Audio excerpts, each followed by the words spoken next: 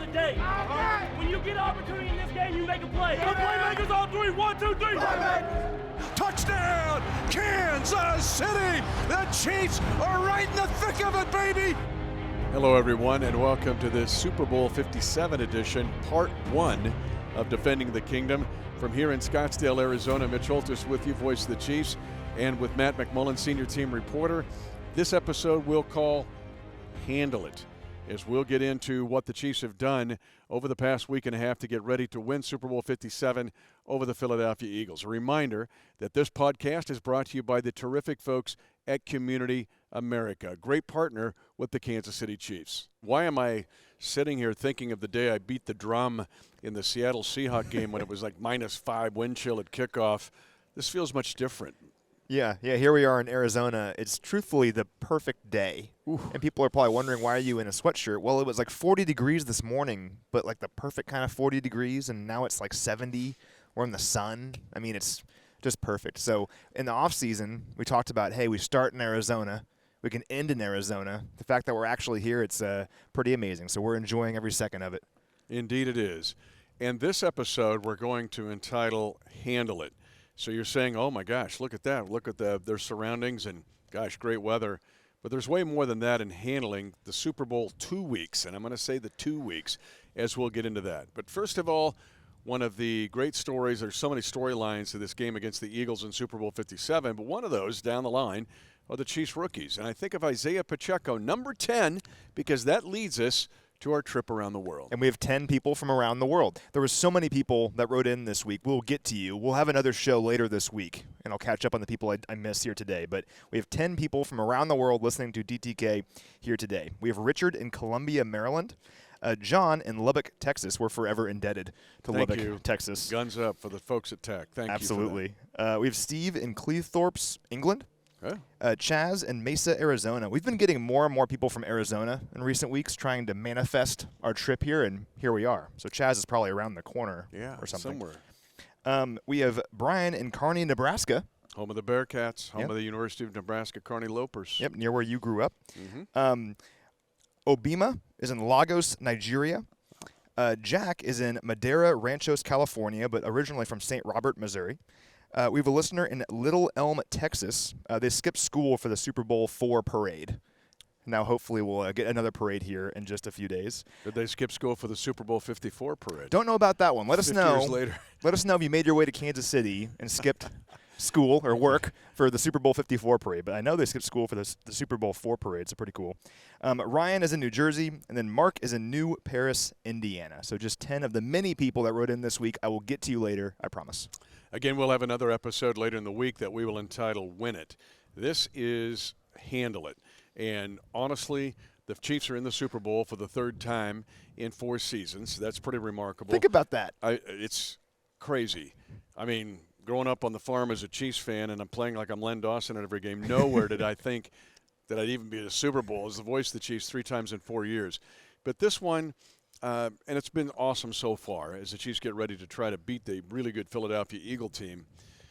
COVID in Super Bowl 55 was just weird. Yeah. I mean, those Zoom calls, and we went down playing Tampa Bay in their stadium. It just felt like a regular game. Yeah. This feels more like Super Bowl 54 in the trip to Miami, but even this one has its own flavor. But we want to focus on, and I've said this, you can't win the Super Bowl during the bye week or the first couple of days of being here on site at the Super Bowl, but I think you can lose it. And where the background of the Chiefs coaches, specifically Andy Reid, coaching in his 4th Super Bowl, I think is immeasurable here. Because, Matt, even for just the 2 of us, all of the people that we work with, the details, the logistics can be laborious. And yet to try to focus on what you need to do to win the game. I think that's where we're going to focus on this episode of what the Chiefs have done to get to this point that gives them a chance to win. Yeah, it's one of those storylines that we've been talking about a lot this week, and it seems very basic and obvious, but I really don't think every team attacks the bye week like we did and how Coach Reid did it. And one thing that I talk about quite a bit is that Coach Reid is obviously a genius. He's one of the best coaches of all time because of what he can do in terms of drawing up plays, but he's also a master organizer, right? And we see that at training camp there's not a second wasted at training camp, not a second wasted in OTAs. He's very efficient. And he did that and deployed that mindset during the bye week between the AFC title game and Super Bowl 57. And essentially the entire game plan, as he's told us, was installed during that bye week. So there's practices down here in Arizona, but there's not a lot of new information being learned. Right now it's all about tweaking things a little bit, practicing it, and refining it. But all of the game planning and all the nitty-gritty stuff was done in Kansas City when it was just a normal week. There was no major distractions going on because, like you said, and like we've seen even today, the distractions down here are immense, and the obligations the guys have to do, all the media stuff. I mean, it's truly crazy. Media night was last night in downtown Phoenix, and it was just, I mean, it's a zoo, really, and all the media stuff even every day this week is pretty crazy. So the fact that Coach Reid found a way to install the game plan and get everybody ready to go a week ago so that they're down here, they can handle all their media stuff, but and they can refine all the game planning stuff as well. But they're not learning a whole lot of new information right now because that would be, frankly, overwhelming. Yeah, let's jump on one of the things you said and dig in a little further on it, because when Coach Reid came here back in 2013, his 4 pillars basically: attack everything, fear nothing, create energy, and eliminate distractions. Now, that is a battle cry for Andy Reid in running this football team all throughout the year. But your point is a good one. This experience is nothing but a distraction. Let's talk about the so-called bye week, the week off. And, you know, for 21 seasons, I was the voice of the Chiefs, and we didn't win a playoff game. And I often wondered, God, 2 weeks for the Super Bowl, that seems kind of overkill. Is this just for promotional purposes? Now you and I know that is nothing further from the truth. That week has to be maximized, the week that we just experienced before we came to Scottsdale. And let's just take what the players encountered. Yes, they have friends, they have family, they have loved ones. Getting their people set up to get transportation, to get tickets, to get housing, lodging can be somewhat ponderous. And for Andy Reid to say, hey, we've got to take care of the business. This is where the village comes into play here too, on the football side and on the business side. And just for the two of us, for all of our people going, who's going to get to go? Do I get to go? Where do I stay? Do I get a ticket? What's it cost? All of that for the players can take a team off the track. They might think they're working on football, but if I've got to worry about those 15 things, it's divided attention to the football side of this. Andy Reid's approach and with this organization is handle your business. This is where we'll handle our business in this time frame. In this time frame, you have to forget all of that because they're going to put in our game plan to beat the Philadelphia Eagles. It may not seem like a lot, but truthfully, in the 56-year history of the Super Bowl, the team that seemingly is able to reduce or eliminate distractions is the team that wins this game. Yeah, there's only so much time in the day, and this week kind of makes you realize that. Coach Reid at his media session earlier today was asked, hey, would you kind of like if the Super Bowl was just the week after the AFC title game, like kind of keep your momentum going? And his answer was, no. There's so much that we have to handle and get done in addition to game planning for the biggest game of the season that it's nice having that extra week. It's so important. And for so many young players on this team, it's incredibly important. Now, Patrick Mahomes, Travis Kelce, a lot of these guys have been to multiple Super Bowls now, but there's also a lot of players on this team that have never been to a Super Bowl before. Think of all the rookies on this team that are making major contributions. I asked George Karlaftis about it earlier today, actually. I said, how nice is it having that week back in Kansas City where you can just go through a normal week, you can game plan, you can attack it like it's a normal game, and then you come here and you can handle all this stuff. And he said it was immensely important. It makes it so much easier, and he does not feel overwhelmed because of that extra week. So the experience on this coaching staff, the fact that they've been to multiple Super Bowls now, they know how this works, and they can present the players with a plan that's going to put them in a position for success is why we're so fortunate here in Kansas City. You could just not underrate what that means in the Chiefs preparing to win this game. Another note here, if you're not coming to Arizona here for the game for Super Bowl 57, we invite you to go to the official Chiefs watch party. It's at J. Rieger & Company Distillery. Now, this is fantastic. I don't know if you've ever been there before, but you want to go there, especially for the Super Bowl party. There's going to be ticket giveaways for next year's home opener. There's going to be other prizes. Casey Wolf will be there, so will Rumble. And Mark Bulrichter will be there, former Chiefs wide receiver. He had the 99-yard touchdown against the Chargers back in 2002. So make sure you get the full Super Bowl experience in Kansas City. Do it at J. Rieger & Company Distillery with the official Chiefs watch party for Super Bowl 57. Now let me take another turn, and that are the veterans who've never played in this game. Carlos Dunlap comes to mind. 13 years in the National Football League, had never won a playoff game. I remember seeking him out after we were done with Chiefs Rewind. I wanted to find Carlos Dunlap because I knew what it meant to that guy to win a playoff game. And he said, let's keep going, let's keep going. Then he's playing his former team in Cincinnati. He wins an AFC championship, and now he's here.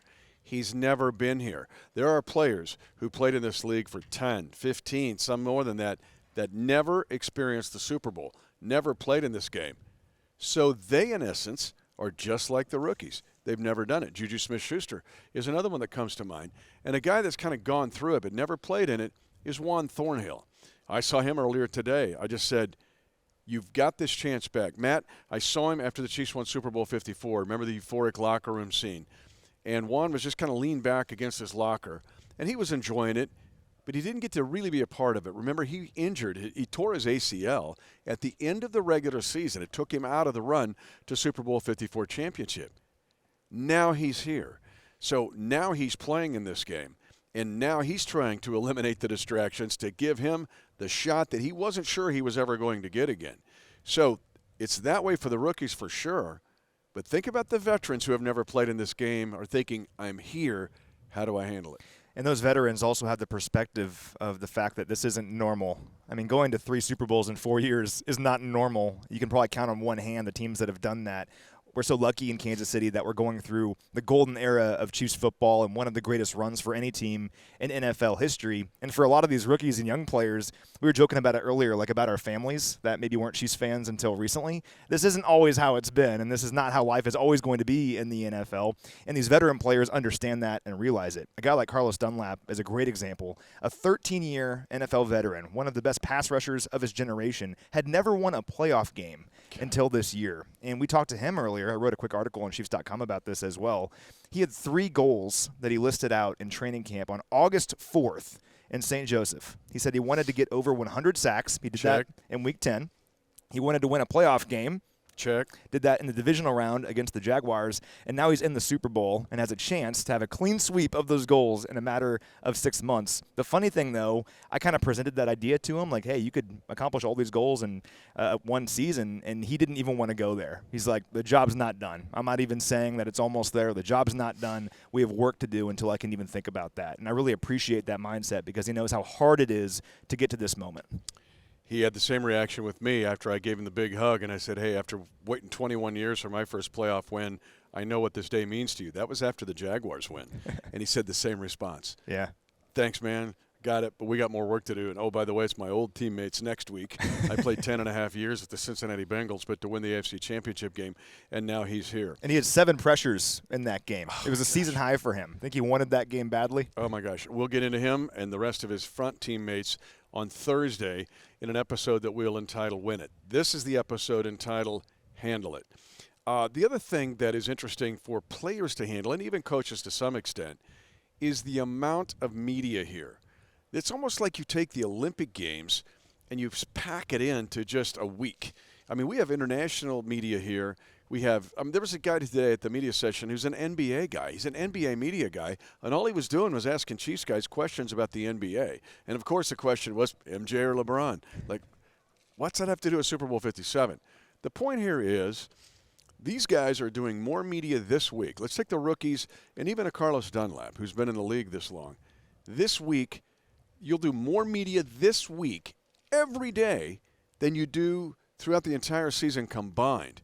And it's, okay, yeah, the dumb questions or the off-the-wall questions, the one-off questions, but it's also walking a minefield every day. And that includes opening night, which has turned into something crazy. Yeah, it's actual madness. Like, it's craziness. We were at the media session earlier today, which is here at the team hotel, and it's one big room with like 500 people in it.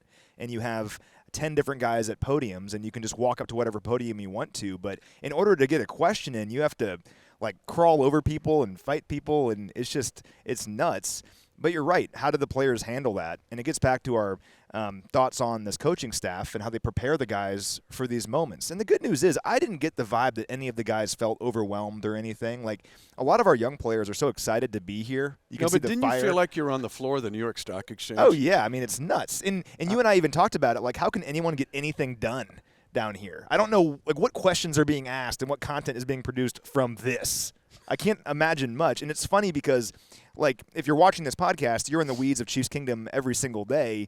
There's questions being asked that were relevant in, like, September. And, I mean, the guys handle it with grace. I commend them for that. But, yeah, it's pretty crazy around here. And it just takes one slip up. I mean, we saw what happened with Cincinnati the week of the AFC Championship game. And you mentioned our guys are careful. But it's every day being careful, every day in at least about an hour, 15 to an hour and a half media session, surrounded by media that could be, I don't know, from all 7 continents, speaking of around the world, on defending the kingdom. But just one slip up. Yeah. One slip up can lead to a lot. Now, another part of handling this week is obviously doing your study for football. It's being in meetings, paying attention, don't be distracted, but it is also handling there is some off time. And down through the 56 years of the Super Bowl, we can document times where that off time becomes perilous, or you can handle it properly. And that's why I appreciate the maturity of this team. This, in my 29 years as the voice of the Chiefs, I've said this often, I said it today on shows, that this is the most physical, mental, and emotional mature team I think I've been around top to bottom, and that includes those rookies. But that's where it comes into play because there is free time. Not a lot, but some. And that can get tricky because we've seen it derail teams in past Super Bowls. Yeah, and I think what I love about this group is there is just such a respect for how hard it is to get here. And our rookies obviously respect that. But for the guys that were here last year and that were so close to getting back to the Super Bowl and to lose in overtime at home to the Bengals, and then to go through an offseason where people outside the kingdom were doubting the Chiefs. They didn't think the Chiefs could even make the playoffs. I mean, we saw all that stuff, which seems so ridiculous now. But to fight through all of that, to play the Bengals again in the AFC title game and to win it in a hard-fought game, to go through all that struggle and all that adversity to get back to this moment, which they knew they belonged in, these guys aren't going to waste this opportunity. And that's just the vibe I get from all of our guys that were here last year. They know how hard it is to get here, and they are not taking it for granted. And it's all about seizing this week, right? And we're seeing that so far from the guys. You bring up an interesting point because we've talked about the rookies, first experience. We've talked about the vets who've been around a long time, first experience. But then those second-year guys. Think about them. Nick Bolton, Creed Humphrey, Trey Smith, guys who were on the precipice of doing this a year ago and were denied. Right there, yeah. And now they're here. They've not experienced it. They weren't at Super Bowl 54. They weren't even part of the COVID Super Bowl 55. They're experiencing this for the first time, even though on this young team, some of them seem like grizzled veterans. And they're locked in. Yeah, Trey Smith and Creed Humphrey, do they seem to you, and Nick Bolton too, do they seem to you like they are second-year players? No. Feels like they've been in the league for 10 years because that's the attitude that they bring, and they're such leaders on this squad. But it gets back to my point. I mean, one of the reasons I loved that win over the Bengals so much is you knew how much heart and passion went into it, how badly the guys wanted it, and they weren't going to be denied in that game. And watch all their faces as soon as Harrison Butker's kick went through the uprights and the squib happened and the Bengals lost the game. I mean, there was euphoria on the sidelines because the Chiefs knew how hard it was to get back to that moment. I mean, so many teams after the AFC title game last year, they're going to wilt. They're going to go downhill. I mean, they were right there and they didn't get there, and they're going to be thinking about that all season in a negative way. But the Chiefs used that as motivation and fuel to get back to that moment. They took care of business that time, which is the beautiful thing about it. And now they're in this moment, and again, they're not going to waste it. And even though guys like Nick Bolton, Creed Humphrey, Trey Smith, they haven't been here before, it kind of feels like they have been because they're so locked in on the prize. And surrounded by people who know what to do in this circumstance. A couple more things as we close on this episode of Defending the Kingdom here in Scottsdale, and handle it. Handling, preparing for this Super Bowl 57. It has derailed many teams the week and a half before the game. And that is dealing with injuries. We all know, I get asked every day, as do you, because the Chiefs had a group of 9 players either injured before the game against Cincinnati, injured during the game against Cincinnati, and part of handling it this week is getting the treatment and the rehab ready to go this week. Now, we're doing this on a Tuesday afternoon in Scottsdale. We can't give you definitive answers other than, and Coach is forthright about this. He'll talk about it every day coming up. But a part of handling it is getting yourself ready to play. Now, we can't tell you who's going to be in or out on a Tuesday, but a Kadarius Toney, a Juju Smith-Schuster, we can go right down the line. Those guys of getting treatment and rehab from the best in the National Football League. In fact, it was just announced that Rick Burkholder is going into the National Athletic Training Hall of Fame. Wow. And an assistant athletic trainer, David Glover, was called the Assistant Trainer of the Year. All right, that's not even going to Julie and Tiffany. But the fact that handling this is getting ready to play as much as you can of those guys that are on the injured list. That's another reason why the bye week was such a blessing, and Coach Reed's talked about that as well. Let's get our guys healthy because you want to have your best shot. You want to have your guys out there in the Super Bowl, right? Now, there is some good news. Mitch said we're shooting this on a Tuesday. Coach Reed met with the media earlier today. Everybody on the active roster practiced yesterday on Monday, and they were set to practice here today, which is great news. L'Jarius Sneed has cleared the concussion protocol. That's terrific news as well. And then Kadarius Toney and Juju Smith-Schuster, Juju dealing with that knee injury and Kadarius with the ankle injury. They've been practicing, and Coach Reed said we'll just see how they do the rest of the week as the practices ramp up. But that's all great news because you want to have these guys back. Having that bye was just really nice. The fact that you can let them kind of rest up last week, get their treatment. You don't have to rush them back, right, for the Super Bowl because you know they all want to play. And now they're down here, they're feeling better, and they're going to give it a shot. So just another reason why that bye week was so important so we can hopefully get a bunch of these guys back. Truly, I think this weather actually helps them heal as well. You don't want to play football in 0 degrees with an injury? Yeah, we'll play. Whatever. Coach, we'll go to Kazakhstan to play. We'll go to Neptune and play. Hey, beating the drum at -5 wind chill. That's what we'll do. But if I'm rehabbing an injury, yeah, it's a good spot to be with this sun that's on us right now.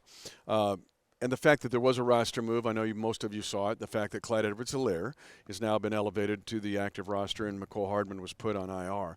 So we know that. But handling it is getting these guys ready to play physically with the rehab. And I'm with you. If we would have had to play without a bye week, it might have looked very similar to the end of the Cincinnati game against Philadelphia. But now we got a shot to get most everybody, if not everybody, back for this game. We'll close it out this way. I loved it last night at opening night because to me, and this is nothing, the Eagles fan base is awesome, right? Since 1930 they've been around. They got a 30-year head start on us. I thought the Chiefs Kingdom took it over last night. Yeah, it was Didn't so you think loud. that arena, it was like a Suns game, and everybody for the Suns was really a Chiefs fan? Yeah, it was incredible. I mean, you could feel the energy. The players could feel it. I talked to some of the guys on the floor about it, and they could feel it, especially our rookies. I asked Trent McDuffie about it, and he's like, I mean, these fans are out here when it's 0 degrees, like the Seattle game on Christmas Eve, the game against the Bengals when it's like 2 degrees out there, and then all of a sudden they're in Phoenix in the Footprint Center, which is the arena where it took place. It was like a Chiefs game. It was incredible, and I think Chiefs Kingdom realizes how important this is and what a run we're on. One thing I've been saying over the last few weeks is this run to the Super Bowl for me is the most satisfying one so far. Just because 2019, I mean, it was like a million miles per hour, like, oh my God, we're going to the Super Bowl, right? Like there wasn't a lot of time to think about it because there we were, won, and it was incredible. 2020 was weird just because of COVID. But this one, knowing that it was taken away from us last year and we fought all year long to get back to this moment and we have a chance to finish it, it's all just incredibly satisfying. And let's go win this thing on Sunday. I wish the game was tomorrow. That's the only downside. It's only Tuesday, and we're just waiting at this point. I just want those guys to be totally healthy. I'm with you. I'll wait. I'm with you. But on NFL Network yesterday, and they started the clip with, and you can find it. You can go on YouTube and search it. But the point is the whole you can doubt us, you can disrespect us, you can dislike us, you're going to deal with us. To me, I'm with you. There is a feeling to this game that is different because this team, the Chiefs team, and the Kingdom has been doubted since March. Yep. And here they are against a really good team. That'll be the next episode on Thursday, which we'll entitle Win It. But the Chiefs are here. And they'll win this game if they handle it. 10, 5, touchdown! Lock it down! And the celebration begins at Arrowhead.